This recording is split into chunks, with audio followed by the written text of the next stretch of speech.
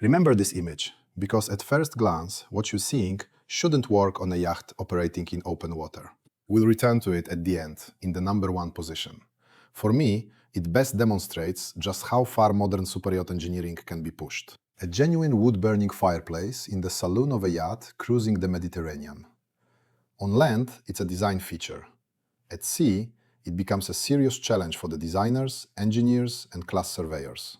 A full-size paddle court, more than 6 meters high, built into the middle of the hull. A vast, open volume, exactly where the yacht's structure normally needs continuity. And the swimming pool, whose glazed bottom also forms the ceiling of the lounge 1 deck below. Above the guests is a substantial mass of water that never remains completely still underway. None of this is particularly difficult on land. A fireplace belongs in a house. A court sits on prepared ground, and a swimming pool is supported by the earth around it. On a yacht, however, you have to account for hull flex, stability, fire safety, condensation, vibration, and limited electrical capacity. That is why an apparently simple feature can cost more than a luxury home. I've spent 20 years selling motor yachts. Today, I'll show you 10 features that reveal the difference between an impressive idea and genuinely demanding marine engineering. One of them requires 2 apparently contradictory safety objectives to be reconciled. I'll tell you which one when we reach it. It is worth staying to the end. A yacht isn't a building. Its hull behaves like a long and closed beam, alternately bending and twisting as the waves accelerate it in several directions at once. At sea, nothing is ever completely stationary. That is why almost any feature that is routine ashore becomes a separate engineering project on a large yacht. Number 10. A cryotherapy chamber. You spend several minutes inside at roughly minus 110 degrees Celsius, even when the temperature outside is tropical. Ashore, these units operate in clinics and sports centers, with purpose-built rooms, stable power, and predictable conditions. On a yacht, none of those conditions can be taken for granted. The design has to manage a temperature difference that can exceed 140 degrees between the chamber and its surroundings. That places an enormous demand on the insulation, seals, and associated systems. Any moisture reaching the cold side freezes immediately. On the warm side, condensation forms, bringing the risk of hidden corrosion and electrical faults. Inside a steel hull, condensate cannot be allowed to collect in inaccessible areas. The chamber therefore needs its own dehumidification and controlled drainage system, capable of working while the yacht is rolling. Then there is the electrical load. A chamber can draw between 16 and 25 kilowatts. On board, that demand has to be supported by the generators, switchboard, and a properly designed cooling system. Modern marine cryotherapy chambers generally use compressors rather than liquid nitrogen. That matters because a nitrogen leak in an enclosed space could displace oxygen without any obvious warning. It is a complex installation, but it still follows established engineering principles. That is why it ranks only 10th. Number 9 takes us directly into fire safety territory. Number 9. A genuine wood-burning fireplace. This is the feature I described at the beginning as almost incompatible with the basic logic of a yacht. On an ocean-going yacht, an open flame in a guest area is among the most difficult arrangements to approve. This isn't about decoration. It requires a complete fire protection strategy. Marine rules begin with one simple assumption. Offshore, the vessel must protect itself. The fire brigade isn't coming, so every ignition source has to be limited, contained, and backed by several layers of protection. Yet these fireplaces do exist. Kismet has one in her library. That isn't a dockside rumor. It is a documented feature of the yacht's interior. The yard hasn't released the complete technical design. Even so, the underlying requirements are clear. Fire-rated boundaries, dedicated ventilation, safe flue gas extraction, and an appropriate extinguishing system. One of the key elements is an A60 division. It must resist the passage of flame and smoke for 60 minutes, while the temperature rise on the unexposed side remains within tightly defined limits. That level of protection is normally associated with an engine room. Here, it has to be integrated among furniture, wall panels, and luxury finishes in the main saloon. The second challenge is chimney drought. Ashore, hot flue gases arise naturally. On a yacht, powerful ventilation and constantly changing wind conditions can completely alter the pressure balance. If the saloon is under negative pressure relative to the chimney outlet, smoke and flue gases can be drawn back inside. The system must therefore work regardless of the air conditioning load, the yacht's heading, or wind strength. That calls for a controlled forced drought system. It maintains flow in the correct direction and is tied into sensors, alarms, and the yacht's safety automation. Effective spark arrestors are also essential. A glowing ember landing on a thick deck presents a very different risk from a spark falling onto wet ground ashore. If you want more yacht engineering explained from a broker's perspective, subscribe to the channel. Number 8. A superstructure without visible supporting pillars. Large glass panels have to deliver the uninterrupted view while accommodating a structure that flexes continuously at sea. Glass facades are routine in modern architecture. The difference is that an office building stands on fixed foundations, while a yacht is exposed to bending, torsion, and repeated wave impact. The hull behaves like a beam being bent and twisted at the same time. Steel accepts small elastic deflections. Glass has far less tolerance for that movement. The panels, therefore, cannot simply be fixed rigidly in place. Their frames, seals, and structural adhesives must allow controlled micro-movement while preserving geometry and watertight integrity. If the mounting is too rigid, hull loads are transferred into the glass. If it is too flexible, the joint can lose its seal. Either failure has serious consequences at sea. When the engineering is right, the visual barrier between the saloon and the horizon disappears. It looks effortless, but that apparent simplicity depends on extremely precise structural design. Number 7. A properly equipped operating theater. Not an enlarged first aid station or a basic treatment room, but a space designed to support serious emergency procedures. Al Said has a fully equipped operating theater and dental surgery. Octopus carries an extensive dive center with a hyperbaric chamber.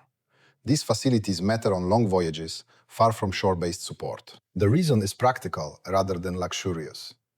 In the middle of an ocean, specialist medical help may be many hours away, and poor weather can make an air evacuation impossible. An operating theater needs 3 things a moving yacht doesn't provide naturally: controlled air quality, uninterrupted electrical power, and the most stable working platform the design can achieve. The air requires a completely separate circuit with appropriate filtration and positive pressure. That prevents contaminants from the rest of the yacht entering the clinical area.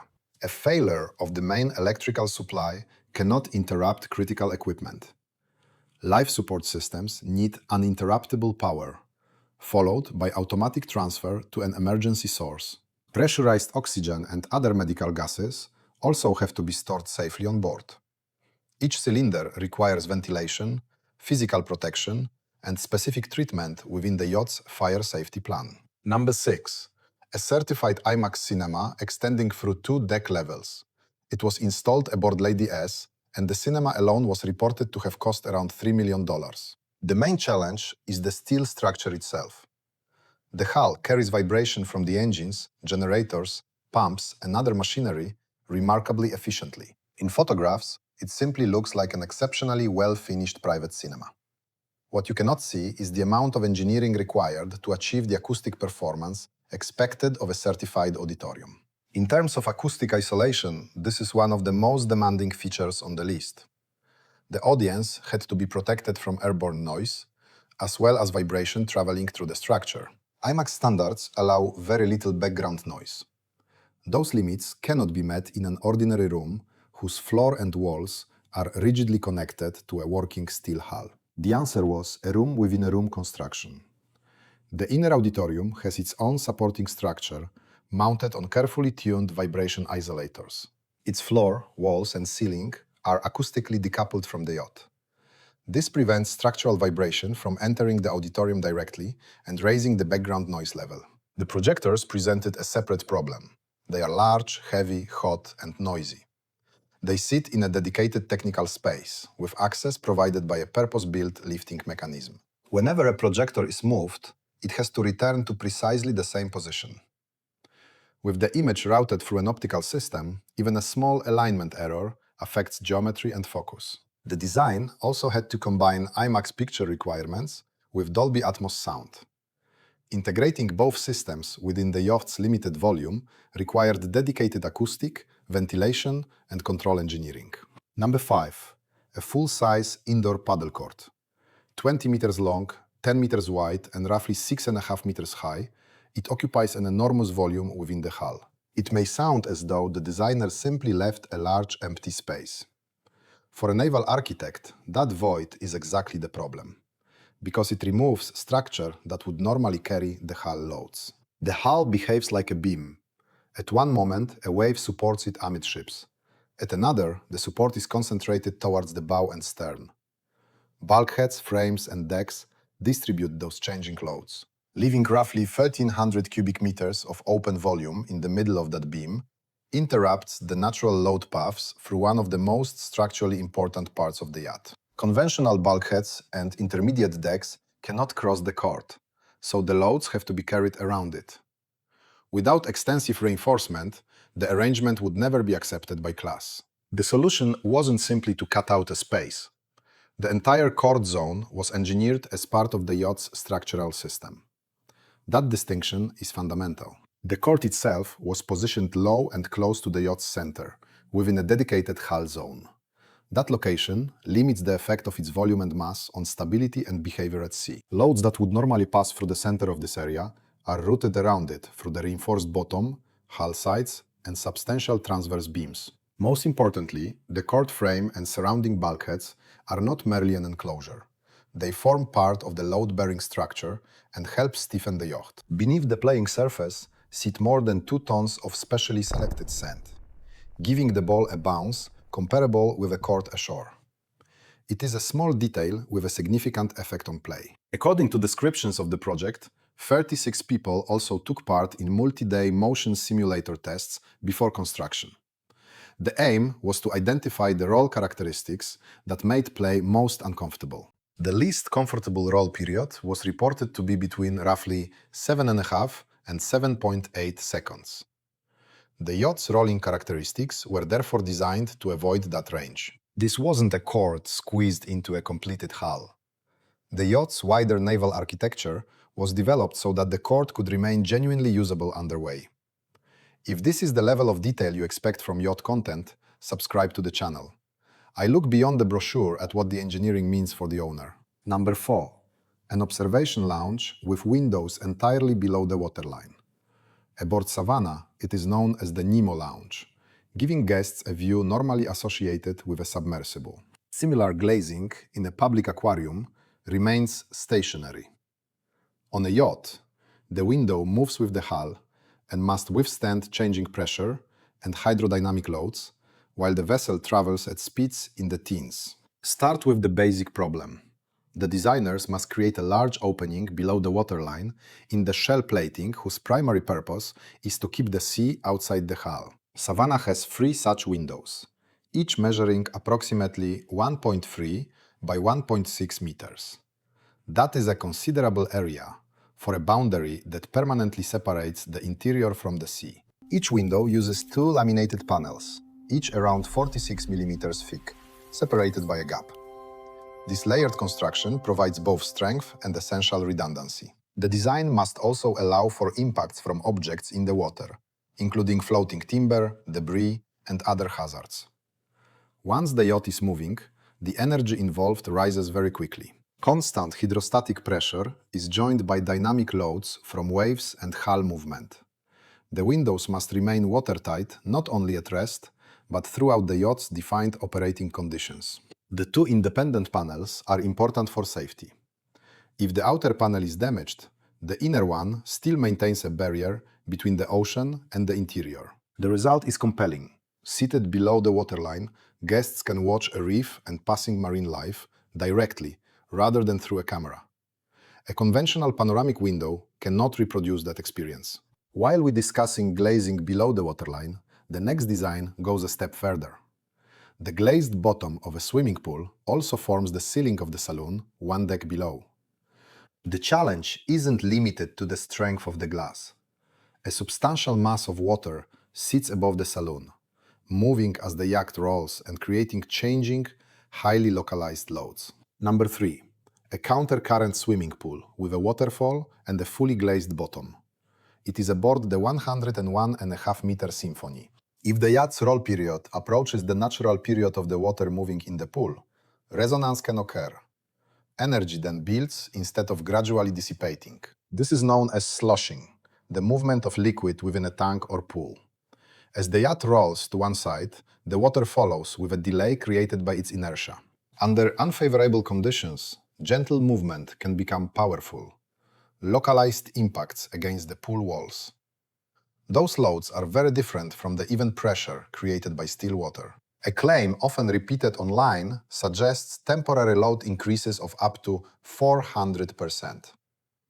I haven't found a reliable public source linking that figure directly to Symphony, so I won't present it as fact. The underlying phenomenon is, however, well understood in marine engineering. Its analysis uses calculations and modeling techniques similar to those applied to cargo tanks on LNG carriers. The first line of defense is the pool's geometry. Steps, benches, and carefully shaped edges break up the wave before it develops enough energy to overload the walls or glazing. The second is the ability to drain the pool rapidly into tanks lower in the yacht. If the sensors detect excessive heel, the system removes water from the high deck. The pool can be emptied quickly, bringing the yacht's center of gravity lower. It is a good example of a system that gives safety and stability priority over a recreational feature. Number 2. An internal floodable dock from which a submarine can be launched. It is installed aboard Octopus, a yacht approximately 126 meters long. Octopus carries a 13-meter tender and a 10-person submarine inside the hull. Rather than hanging permanently from external cranes, they remain protected within dedicated spaces. Handling such a heavy craft from a moving yacht involves significant risk. A load weighing many tons and suspended from a wire behaves like a pendulum, demanding a wide and completely controlled working area. The designers, therefore, used a principle familiar from amphibious ships. Once the stern gate opens, the dock is flooded in a controlled manner until the auxiliary craft can float out. It is worth considering the reversal involved. Naval architecture normally aims to keep water outside the hull. Here, seawater is admitted deliberately, but only into a sealed and carefully controlled chamber. Flooding the dock adds substantial weight aft and changes the yacht's trim. That effect has to be corrected before it compromises the safe launch of the craft. At the same time, the ballast system transfers water into the appropriate forward tanks. The automation continuously controls draught and trim. This is real-time weight management. The system monitors water level, vessel attitude, and tank condition, then adjusts the mass distribution without relying on a crane. Once the levels are balanced, the submarine can live under its own power. There are no lifting wires or suspended loads, and the operation can be controlled far more precisely than a conventional crane launch. The dock boundaries must, of course, remain completely watertight. Other yacht spaces lie immediately beyond them, so the area needs independent bulkheads, pumps, sensors, and alarm systems. We now reach number 1 and return to the image from the beginning. At this point, you can see why I consider this project the best summary of the entire list. It is a fully functioning concert hall, large enough for a 50-piece symphony orchestra. This isn't a cinema with a piano. It is a space designed specifically for live orchestral performance. It is aboard Al Said, a 155-meter yacht of nearly 16,000 gross tons, built by Lursen. Why is it number 1? Not because of its size or decor. What interests me is the need to reconcile two requirements that pull in opposite acoustic directions. A concert hall needs carefully controlled reflections and the right reverberation time. Without them, acoustic instruments lose their color, scale, and natural dynamics. A yacht, by contrast, needs isolation from machinery noise and vibration. Comfort depends on energy from the engines, shafts, generators, and fans being kept out of the guest areas. The same space must therefore preserve the lively acoustics and orchestra needs, while remaining isolated from the sound and vibration of the yacht around it. That isn't a simple choice of materials. The location makes the problem even harder. The hull sits directly above the engine room, one of the yacht's principal sources of structure-borne vibration. Noise doesn't arrive through the air alone. Vibration from the engines and shafts travels through the steel structure, which is why a thicker wall by itself would never solve the problem. The design uses multi-stage structural isolation, a decoupled deck, and independent ventilation. The hull can retain its own acoustic character without accepting vibration from the machinery space below. The yard hasn't released the full technical details. Neither the complete volume of the hull nor the name of its principal acoustician is public.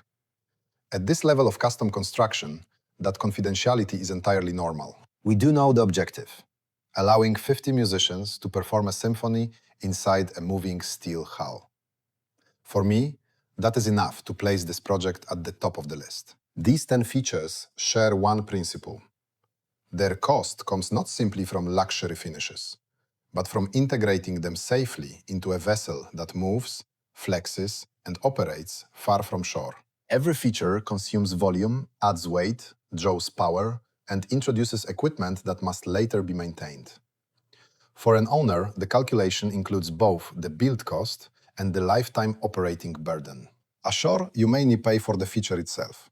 At sea, you also pay for it to work underway, without compromising stability or transmitting unwanted noise through the rest of the yacht. If you asked which of the top 5 I would specify on my own yacht, my honest answer would be none of them. As a broker, I look beyond the impact they make on delivery day. Each consumes valuable volume, adds weight and technical complexity, and narrows the pool of buyers at resale. A highly personal feature rarely returns its original cost in the yacht's resale value. Even so, I would still like to see the court aboard Aviva for myself. It is one of those projects you can admire technically, while finding it difficult to justify from an owner's perspective. Now I want to hear your choice. Would you prefer a yacht with a concert hall and an underwater lounge, or a simpler yacht that will be easier to operate, maintain, and eventually sell? Tell me not only which you would choose, but why. I'll use the most insightful questions for a separate live episode, looking at cost, maintenance, and residual value from a broker's perspective. And subscribe if you want yacht reviews that take ownership costs as seriously as design. And if you want to see what a single piece of technology can really cost on a luxury yacht, the next film is already on screen. Click it for a specific example.